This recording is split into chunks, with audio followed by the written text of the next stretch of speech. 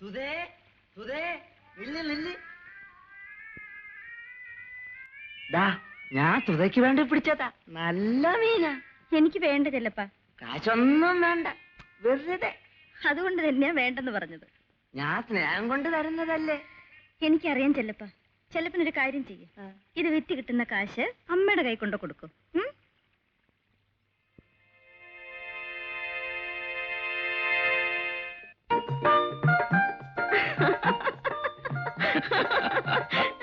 ഒന്നും പോ ചേട്ടാ. പോകാൻ പറ്റുന്നില്ലല്ലോ. ഒഴിവുകാലം കഴിക്കാനാ ഞാനിവിടെ വന്നത്. പക്ഷേ ഈ ഗ്രാമത്തിന്റെ ഭംഗി കണ്ടപ്പോ 1-2 ആഴ്ച കൂടി ഇവിടെ താമസിക്കണമെന്ന് തോന്നുന്നു. അപ്പോഴാണല്ലോ അവിചാരിതമായി ജീവിതത്തിലെ ഏറ്റവും വലിയ അപകടം സംഭവിക്കുന്നത്. എന്തപകടം? ഇതാ ഈ അപകടം തന്നെ. എങ്കിൽ ഈ അപകടം ഒഴിവാക്കി തിരിച്ചു പോകരുതോ? സാധിക്കുന്നില്ലല്ലോ, അതല്ലേ ഈ അപകടത്തിന്റെ ഗതികേട്. അപ്പോ തിരിച്ചു പോകുന്നില്ല? തിരിച്ചു പോകും, പക്ഷെ തനിച്ചാകില്ല ഞാൻ പോകുന്നത്. പിന്നെ സുധയും കൊണ്ടേ ഞാൻ പോകും. സുധേ സുധേ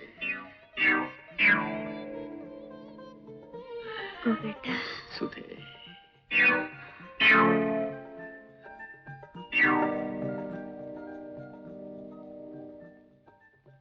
അളിയൻ എന്ത് പറഞ്ഞാലും ശരി, സുധയെ ഇവിടുന്ന് പറഞ്ഞയക്കുന്ന പ്രശ്നമേ ഇല്ല.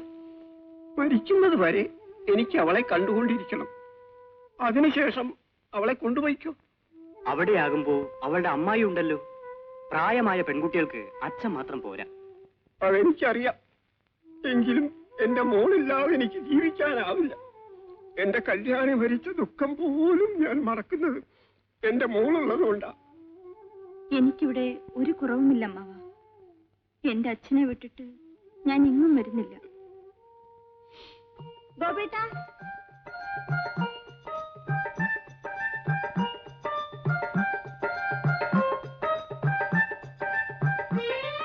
എന്താ സുധേ?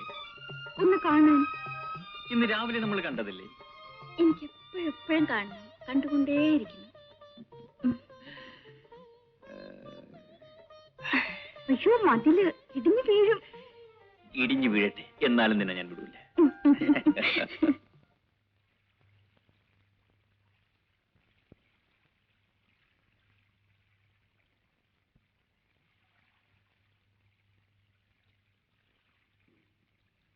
ചെല്ലപ്പ,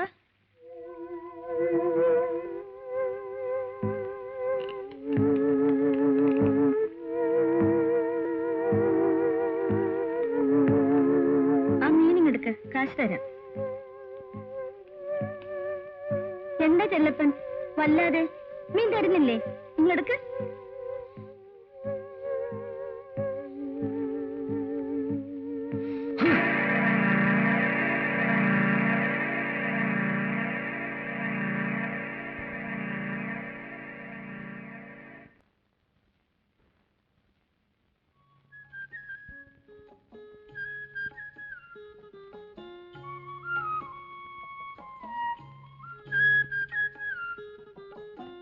എന്റെ പിറന്നാളാണ്.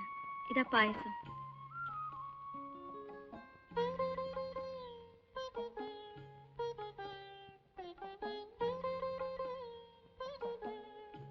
ഇതാ നോക്കൂ, ഞാൻ പ്രത്യേകം അടയാളപ്പെടുത്തിയിട്ടുണ്ട്.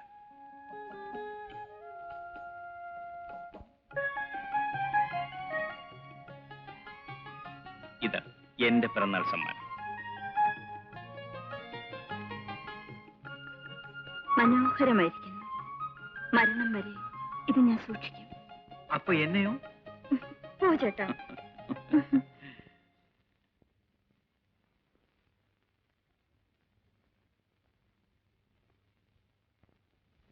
ഓഹോ, വെക്കേഷൻ ഈ ഗ്രാമം തിരഞ്ഞെടുത്തത് വെറുതെ അല്ല.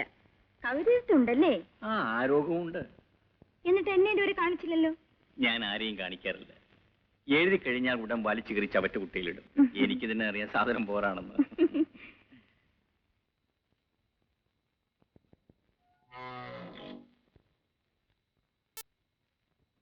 അച്ഛൻ ഇന്ന് നേരത്തെ എത്തിയല്ലോ. അതെ മോളെ.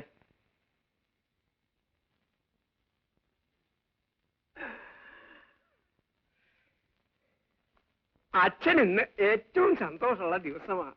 എന്നാ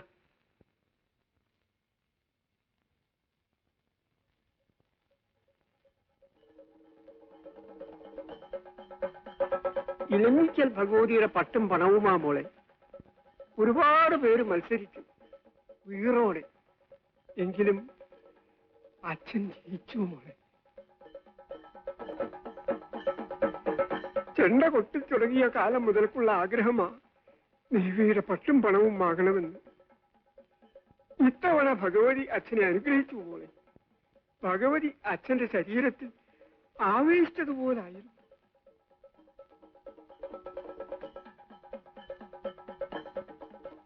അച്ഛന്റെ ആഗ്രഹം നിറവേറി മോളെ. പക്ഷേ ഇത് കാണാൻ എന്റെ അമ്മ ഒരു പക്ഷേ മോളിലിരുന്ന് അവളിത് കാണുന്നുണ്ടാവും. ഇല്ലേ മോളെ? അച്ഛ ചോറ് കൊണ്ടിട്ടെ അച്ഛ.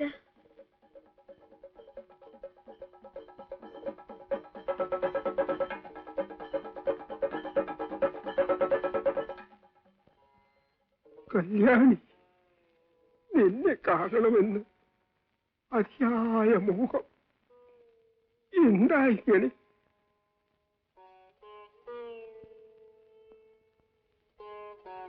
അച്ഛ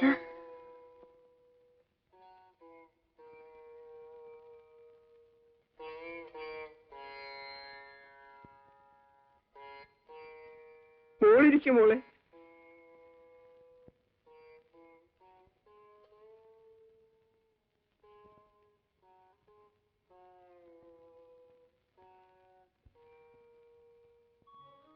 വേണ്ട, അച്ഛൻ കഴിക്കും, ഞാൻ പിന്നെ കഴിച്ചു. വാതുറക്ക് മോളെ. മോൾ കുഞ്ഞായിരിക്കുമ്പോ അച്ഛൻ ഇതുപോലെ തന്നതാ.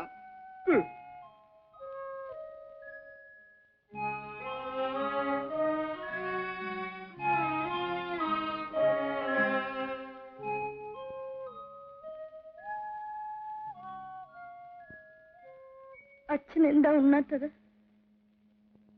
വേണ്ട മോളെ, അച്ഛനിപ്പോ വിശപ്പ് തോന്നുന്നില്ല.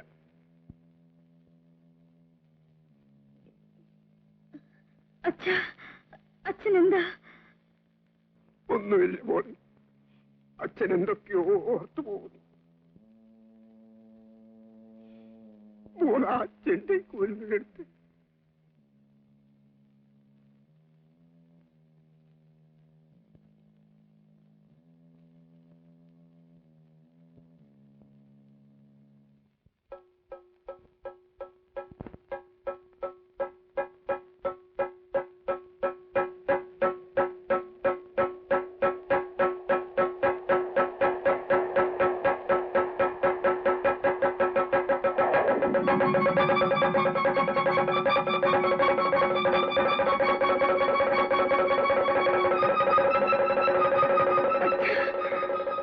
ഒന്നുമില്ല മോളെ.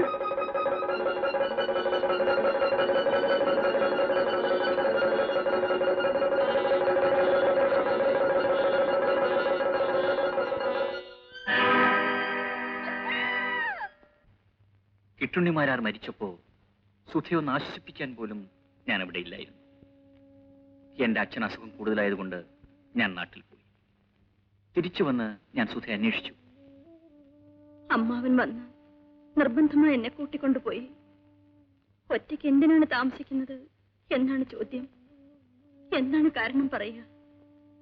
പോകുന്നതിന് മുൻപ് ഒന്ന് കാണാനെങ്കിലും ഒരു വാക്ക് പറയാനെങ്കിലും ഞാൻ അന്വേഷിക്കാത്ത സ്ഥലമില്ലായിരുന്നു. വീടറിയാമായിരുന്നെങ്കിൽ ഞാൻ അവിടെ വരുമായിരുന്നു. അവസാനം എപ്പോഴും കണ്ടുകൊണ്ടിരിക്കണമെന്ന് വിചാരിച്ച ഞാൻ ഒന്ന് കാണാൻ പോലും സാധിക്കാതെ കോഴിക്കോട്ടേക്ക് പോയി. സുധ പോയി എന്നറിഞ്ഞ് ഞാൻ, എവിടെയാണെന്ന് പോലും അറിയാത്ത ഞാൻ അവിടം വിട്ട് എന്റെ നാട്ടിലേക്ക് പോയി.